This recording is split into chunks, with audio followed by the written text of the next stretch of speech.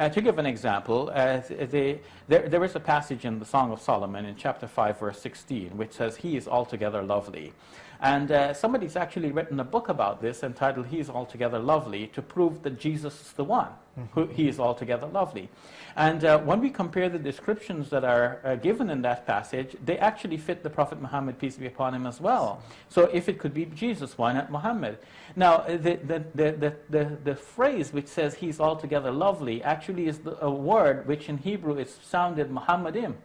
So the word Muhammad is also heard when you read that word. So we should ask, why don't you think Muhammad? Why do you stop only with Jesus? Right. First of all, that is a mispronunciation of the Hebrew term, which is Mahmadin, not he said Muhammadin. But even that eem is wrong, but he did not pronounce the Hebrew khe. It's Mahmadin. Go ahead, Brother David.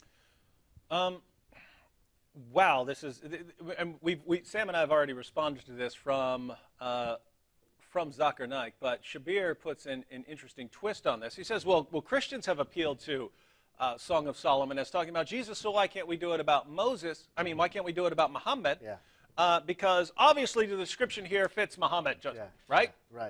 Really? Sure.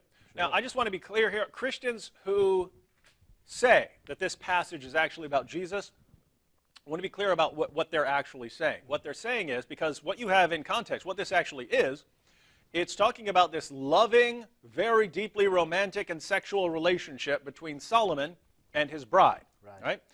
And there are Christians down through history who are kind of shocked that the Bible's talking so explicitly about this sexual relationship. They say, well, it must mean something else. It's a symbolic thing. Yeah. Some people believe that. It's a metaphor, a picture of Christ's relationship with the church. And that's a marriage relationship, symbolically. Yeah. And so I don't have much of a problem with that. I don't happen to agree with it. I think that God, look, Muslims out there, God invented sex. God invented sex. God's not against sex. God is for sex in the proper relationship, and that's exactly what you have here in Song of Solomon. I think it's affirming romantic sexual love between a husband and a wife. So those Christians out there who would say this is actually all about Jesus, I'd read that and say, wow, this is some wild stuff, right? But again, this could be a picture, and it can be both, right? It can be a description of both Solomon and his bride, and have sort of a greater meaning. We find that often in the Old Testament. But most straightforwardly, this is Solomon and his bride talking pretty dirty to one another for 1000 BC, right? Well, and it is, and Shabir, the whole foundation of his argument, as you said, is based on the conjecture of just a few Christians of a possible symbolic relationship. Yeah, and even though, but that, and he wants to say, well, see, because he's talking to his Muslim viewers who don't know anything about this, right? Saying some Christians say this is about Jesus, well, why can't we say it's about Muhammad? Right. Well, what Christians say about this is that this whole thing about the husband and the wife and their sexual relationship is kind of a picture of Christ's love for them. Who is this? What does that got to do with Muhammad? Is this talking about Muhammad and Aisha? What is this talking about? Is this talking about Muhammad and his child bride? What is this talking about? It makes no sense, and I at least understand what Christians are saying. There's only one wife in this symbolism. Yeah. There needs to be 20 if it's well, no, he does. He mentions a bunch of ladies earlier on. Yeah. So, but matter of fact, not enough. So think about this, right? Yeah. I can at least understand what the Christians are saying. This is a picture, this is a metaphor for Jesus' love for the church. If you're saying this is about Muhammad, then there's a lot of naughty stuff going on in here. Well, it has to be, because the Hebrew word is Muhammad. Yeah, let's read this passage in context. Matter of fact, let me just I'll just sort of randomly quote a couple of passages from this, right? Okay. So we're talking about verse 5. I want to give you an idea of what the rest of the book says, but it's all stuff like this, right? Let me start in chapter 7 here, right? So chapter 7. This is the bridegroom. This is Solomon talking about his bride. How beautiful are your feet in sandals, O prince's daughter. The curves of your hips are like jewels, the work of the hands of an artist. Your navel is like a round goblet which never lacks mixed wine. Your belly is like a heap of wheat fenced about with lilies. Your two breasts are like two fawns, twins of a gazelle. Your neck is a tower of ivory. Your eyes like pools in Heshbon. By the gate of Bath Rabbim. Think about this. I know who Solomon is talking to in context. He's talking to his bride. If this has a greater significance, it's about Jesus. I understand who Jesus is talking to. He's talking about his bride, the church. Sure. If this is talking about Muhammad, who is he talking to? Yeah, is he talking to Khadijah? Is he talking to Aisha? Who's he talking to? And it doesn't even make sense because it's talking about the speaker here talks to the children, the ladies of Jerusalem. Yeah. So who's Muhammad talking to here? That's in Jerusalem here. That's in the night ride. That wasn't included in his night Okay, ride. so in his night journey, he got a little fling there, and this is a prophesy of it. We have a man. Muslims can build an argument out of this one. All right, I'm good at this. You know. Yeah, you are good. All right, so let's go ahead and read the prophecy about Muhammad in context. Keep in mind, the entire context is this man and this woman really admiring each other's physical attributes, right? And so in chapter 5, verse 10, it's the bride admiring her groom. Oh, so chapter this 10. is actually the bride speaking. Yes, this is the bride okay, speaking. all right. She says in verse 10, "My beloved is dazzling and ruddy, outstanding among 10,000. His head is like gold, pure gold. His locks are like clusters of dates and black as a raven. His eyes are like doves beside streams of water, bathed in milk and reposed in their setting.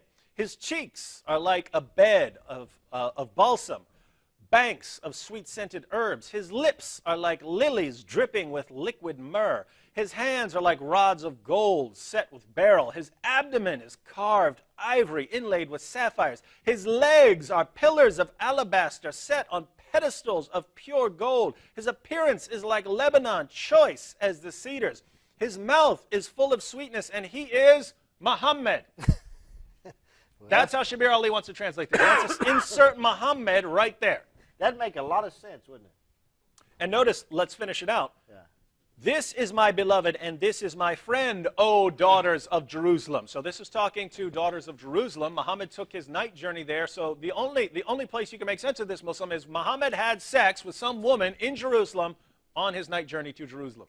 And the only reason at all that they take this is because a Hebrew word sounds vaguely and remotely, not like Muhammad, but remotely. And by the way, the word Mahmadim is in the plural. Yeah. So there's many Muhammads.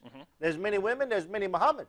Which Muhammad is he talking about? You know what I mean? I mean, it's ridiculous. They wouldn't even bring this out if it was not for the Hebrew word, which is a complete... Brother, you're in philosophy. Explain to our regular viewers once again the importance of not just taking a word in Hebrew and saying, oh, this means Muhammad, because it's a completely different language. Can you explain that? Yeah, well, first of all, the word Mahmad in various forms occurs throughout the Old Testament. Throughout the Old Testament. It's not like an extremely common word, but you find it throughout the Old Testament. Right. So if Muslims want to say that Mahmadim, which is in the plural, right? If they want to say that is talking about Muhammad, well, all the more when Mahmad by itself appears, because that's just Muhammad, right? But they won't do that with any because it makes no sense. And the word is used in a derogatory sense in various places. Yeah. And so they don't want to do it anywhere. Here's the only place where they can say, where they can stretch the interpretation, because his mouth is full of sweetness and he is Muhammad. There, that's not saying anything bad. It actually makes sense. And you could actually make sense. You could actually make a sentence that makes sense here. And so we'll say this is Muhammad. Won't do that anywhere else where the word is used. But right here we will, because, and there's a reason that they do this. Surah 61 verse 6 says that we find Muhammad's name mentioned in our scriptures. And by the way, it doesn't even say that. It says his name is Ahmed in the Arabic. So if you're going to start doing that business, it doesn't say Muhammad in the Quran. In the Arabic, it says Ismahu Ahmed. I mean, it's just a joke. The whole thing's a joke. Yeah, and as Sam and I pointed out when we were responding to this in the context of Zakir Naik, if you want to do this, you need to be consistent. Right? You need to be consistent. Because Mahmadim doesn't sound a whole lot like Muhammad. And if you want to say it's Muhammad, if you want to say, well, it's Muhammad anyway, well, then fine. Put it in all the other verses where that word is used. And you don't do that. None of your leaders do that because they would be embarrassed. But if you really want to do that, why do it with just that word, right? And we pointed out there's much more similarity between the Hebrew word akbar and the Arabic word akbar. They sound the same. And if we want to start saying, well, the Hebrew word says this, sounds like this, and means this, and therefore let's just cross them over, great. The Hebrew word akbar means mouse. It means mouse. Allah Akbar. Allahu Akbar. Allah is A mouse. greater, but no, because we're combining Hebrew with Arabic, right? Allah is a mouse. Allah is a mouse. So Muslims out there, if someone were to come to you and say, hey, every time you say Allahu Akbar, you're actually saying Allah is a mouse, you'd say what? You'd say, what? Why are you trying to combine Hebrew with Arabic? What are you, crazy? Great. Now, why don't you say that when your top apologists, we're talking Zakir Naik. The best of the best. The best of the best. Shabir Ali, Zakir Naik, all of these guys, right here, this is talking about Mahomet. And think about how desperate do you have to be. You're taking a word that's used in various places. It won't make sense in any of those places except one. If you actually read the chapter, it doesn't make sense here at all. They take it in a book that is the most sexually explicit book in the Old Testament, right?